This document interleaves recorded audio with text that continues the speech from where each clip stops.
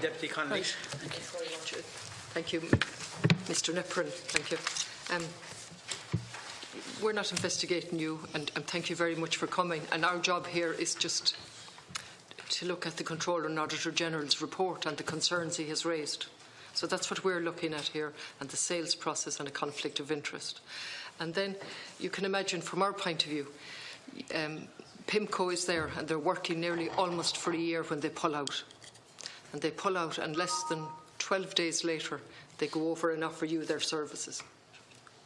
You can imagine, Brown Rudnick, I beg your pardon, you can imagine from our point of view, and this has just been raised. This has been raised in the Controller and Auditor General's report. So I'm going to ask you some questions around that, because I'm really not clear, really, what your knowledge was of in relation to the withdrawal of PIMCO. I'll be happy to help you as much as I can. Okay, you help me. So what was your knowledge of the withdrawal of PIMCO? What were the circumstances of its withdrawal? As I said, Deputy, when we were approached by Mr. Keenan with this unsolicited idea, this unsolicited approach, he told us that they had been working with PIMCO for about a year, that PIMCO had withdrawn. He didn't tell us at that time they had withdrawn the day before, but he told us that they had withdrawn, and we asked the reasons. He said he didn't really know, but he thought potentially it was related to some issues in PIMCO with Bill Gross resigning or being under some cloud of controversy at PIMCO. And he also did mention to us that NAMA was unhappy that PIMCO had an agreement with Mr. Cushnahan as a former NIAC member to be compensated for services post-transaction. So no mention was made of any services. We had no idea who Mr. Cushnahan was. When he approached you on this particular day, a day after PIMCO had withdrawn, or 24 hours, or whatever the time span, you have a verbal chat with them, is it? Yes, I did. On the street or somewhere? No, on the phone. On the phone, all right. His initial contact to one of my colleagues was on 14 of March. So this issue of this engagement was then raised to me and my staff and others. So it's not clarified to you that PIMCO's legal division rang NAMA and said, we've concerns here about a payment? Nothing of the sort was shared with us, Deputy, no. Brown Rudnick didn't share that with you? No, they did not.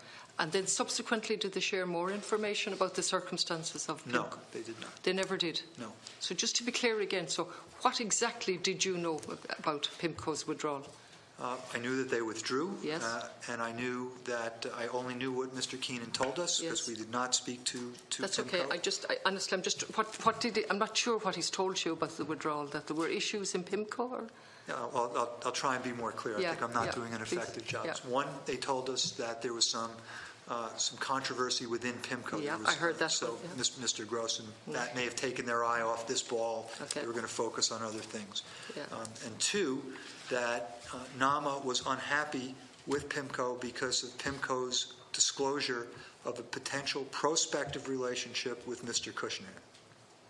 And that's it. That's the and sum did you and ask substance. then who Mr. Cushnahan was? I mean, you didn't know who Mr. Cushnahan. I had no idea who Mr. Cushnahan was. So you asked then who Mr. Cushnahan was? Yes, they told us in that context that he was a former member of the advisory board, and that it was intended that post-transaction that Mr. Cushnahan would be an advisor to PIMCO in connection with the portfolio, that NAMA believed that that was a conflict of interest and had the appearance of impropriety. That's did Brown Rudnick tell you that they had been working with Mr. Cushnahan for quite some time? They did not. And you didn't ask any questions about that? I didn't see the need to. Oh, that's okay. And then in relation to the information that they gave you, you had employed solicitors. You had employed solicitors. I think we have a clash of accents. My apologies. Implied what? You had employed lawyers. Yes. Yeah. Yes. And you were happy with them, as already been asked? Yes. Okay. And do you think you would have been successful in your bid if you just kept those solicitors or lawyers? I really can't speculate, Deputy. It's hard to put me in that retrospective hypothetical situation, so I really can't speculate on that.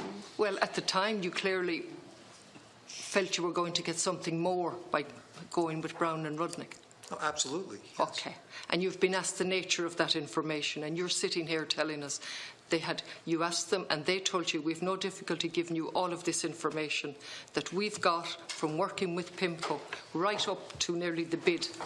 I think the information that they represented they had included information that they had prior to their engagement with PIMCO. At least that's what was represented to us. But they had been working on this transaction perhaps since even before PIMCO, and that their idea was we're going to collect up all this information and then we're going to go find somebody to be an exclusive buyer. Even prior to April 13? That's my understanding. Are you sure of that now? All I can tell you, Deputy, is what they told us. I think I've already said I have no understanding of when they started their work. We didn't do an independent investigation of that.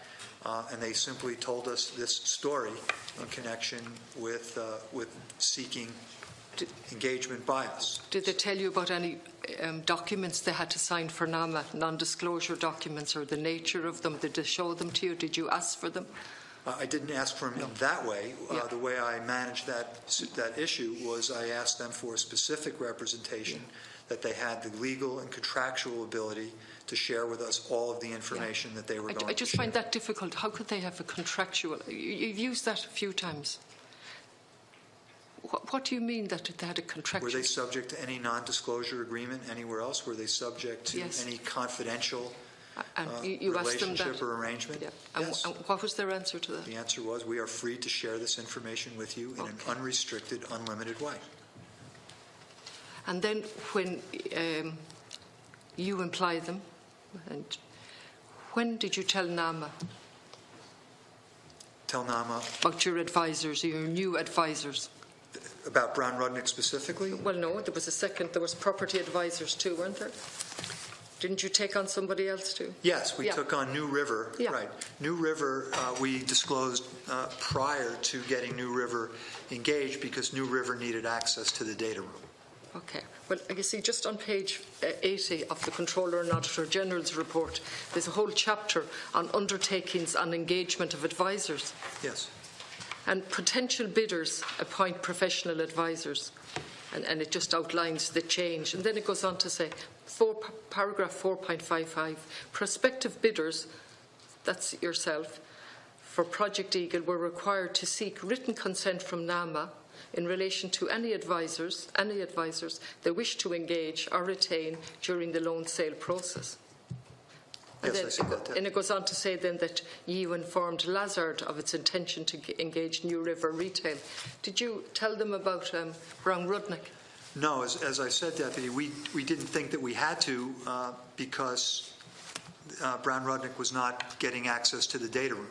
It wasn't meant to be a secret. Of course, as soon as we were asked a relevant question by NAMA with respect to the success fee, I think we responded within an hour. Yeah, I'm just going to zone in on this for a moment now because NAMA said they didn't know, and you've agreed with their version today, I think, that you didn't tell them that... And I think NAMA also agrees with our interpretation, at least as I've heard it in this committee, as to when they were, as to what was required to be disclosed and when. So yeah, I think you didn't wait for my question. But Brown Rudnick, NAMA say they were not aware that Brown Rudnick were your legal advisors. They've said that repeatedly here, that they were not aware that they were your legal advisors. That's true. We didn't disclose Brown Rudnick until, I think, 3 April or 2 April. The 2nd or the 3rd of April. And you told them then that they were your legal advisors? We told, yes. Okay. Were you not obliged to tell them before that?